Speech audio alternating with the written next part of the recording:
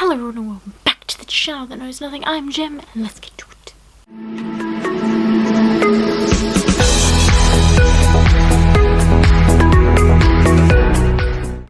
So a while ago I decided to tell everyone my shameful top 10 books that are on my to be read pile list, but today I want to do classics because I really do love the classics. Even though they are so old-fashioned in some ways, I really do love a lot of aspects to them, and I feel like in small ways we do have a lot to learn from them. Maybe that's just my high school brain and my writing brain coming forward being like, aha, they are important. I know they are very small-minded in some areas, but I feel like they have really good morals to them. Anyway, let's just dive on into my list. So at number 10 is The Catcher in the Rye by J.D. Salinger. This one has been on my list for a while now. It is apparently the first young adult novel that's ever been written, or people say it's probably the first young adult book. I remember my dad telling me this was the most boring book he ever read, but maybe it's because he was always an old man at heart. It's been on my list for a while. It's been on my list since my second year in university when we spoke about it briefly in a lecture, and I remember being like, I should read that. If it's young adult, I'm there. At number 9 on my list is The Picture of Dorian Gray. This was one of my best friends in high school's favourite book, or was one of her favourite books, and I was put off by reading it because she was a little obsessed with it. Also, it sounds like it has a lot of horror aspects, which I'm not always into, but I think I could put it aside for this one, although I have seen some mixed reviews on this and heard some mixed reviews as well, so I don't know whether I'm gonna like it or not, but it's not that long, so I think I can do it. Also, he sounds like a narcissist, but I'm here for it, but also not. At number 8 on my list of classic books is Fahrenheit 451 by Ray Bradbury, and it is Fahrenheit 451. Why would you say 451? It just doesn't make any sense. I've heard multiple people say it that way, and I just feel like it's wrong. Fun fact about this book: a while ago for one of my classes at uni, we had to do visual storytelling, which was like audio with pictures. I don't know why that word was so hard for me to say. It was, I can show you, this is what it was.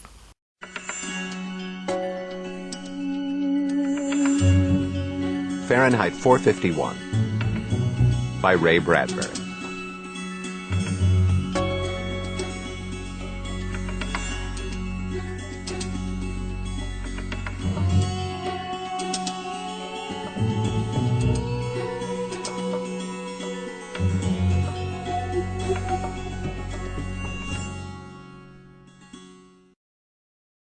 Part 1. The Hearth and the Salamander. Anyway, since that moment I have been really interested in reading this book. Since I did an assignment on it, I feel like I should have read it at that stage when I did the assignment, but I did not. And yeah, it's about burning books, you know. I should probably read it. At number 7 on my list is Pride and Prejudice by Jane Austen. So many of my friends have read this book and I have not.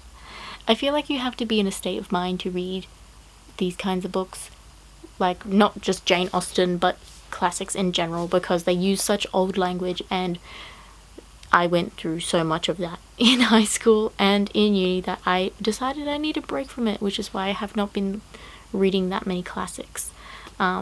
But maybe Jane Austen is the one to get me back into it. I don't know.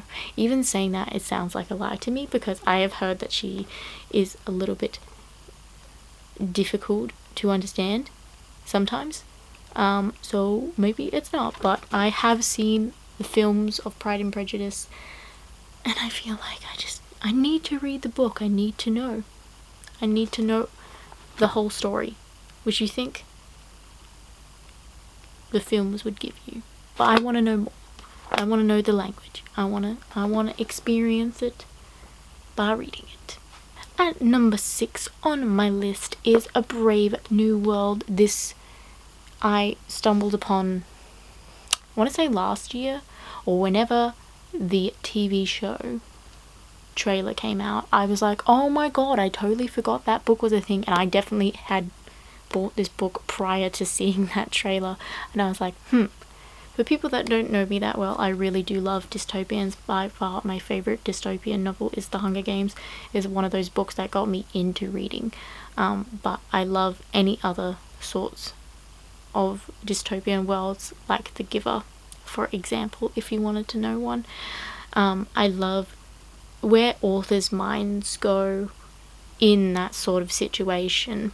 How we basically see the worst in humanity. It's like happens so much with like disaster movies, with things like The Walking Dead. I like to see what like happens, and how like I love to talk about it with my mum too, because we both are kind of the same. We do like dystopian things, like whether it's like TV shows or movies, or whether it's books.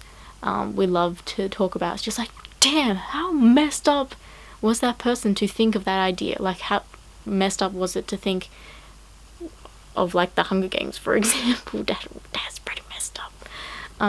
But this one doesn't, it does seem as messed up, just not in the same sense of kids murdering each other in an arena, but in the same sense of The Giver. And I really do love The Giver. Highly recommend that book. So that's why I wanted to read this one.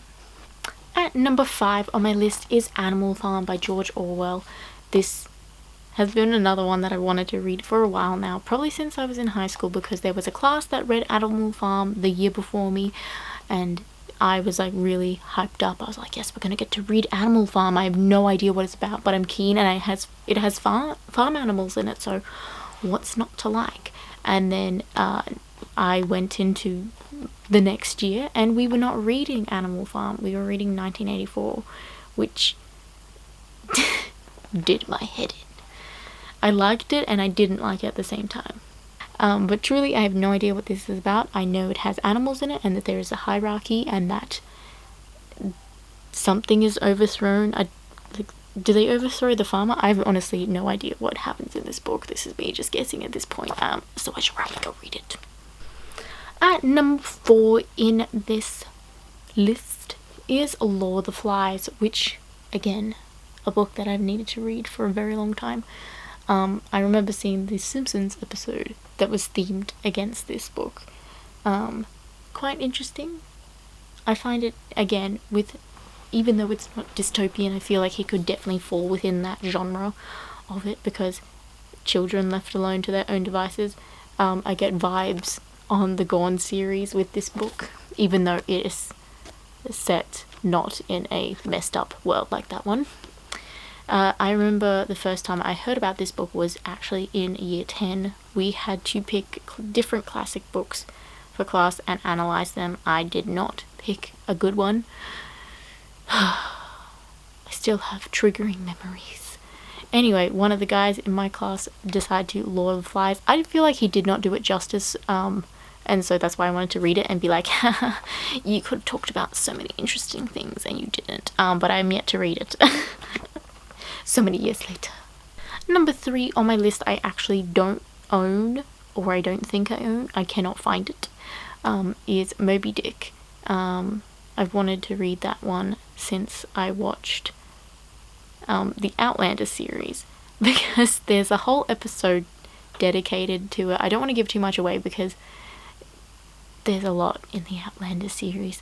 Basically, Bree has read Moby Dick, and it's one of her favourite books in the series. I don't know if it's in the book, because I'm yet to read the books, okay? They sit up there on my shelf and shame me every time I look at them.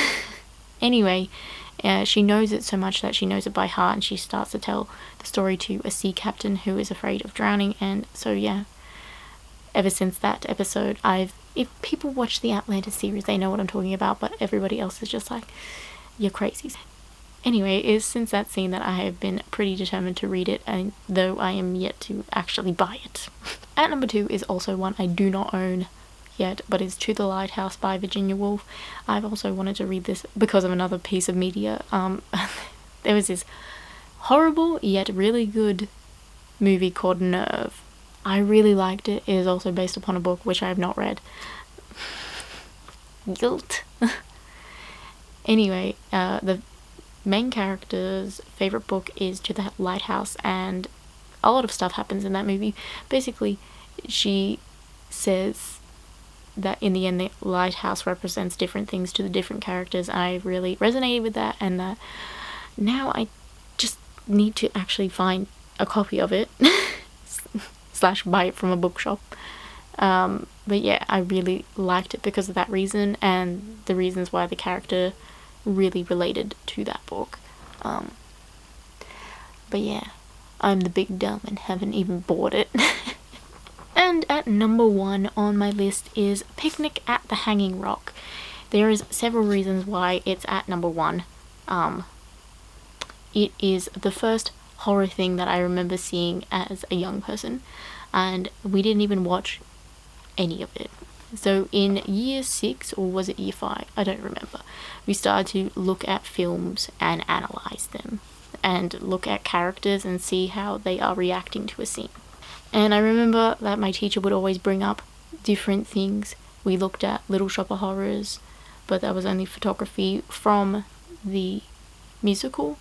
And we also looked at Picnic at the Hanging Rock, and it's because we were looking at shock and fear in characters for the media class. Anyway, we kept on seeing the same scene from Picnic at the Hanging Rock, and it made me want to watch the movie, even though I'm deathly afraid of scary things. And it also made me then find the book, which I bought but have not.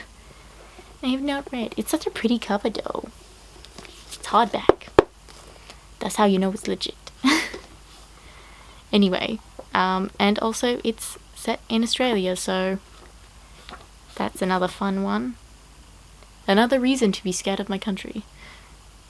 Anyway guys, that's all I've got for you today. Please like, subscribe, because that is always nice, and I'll see you next time. Goodbye!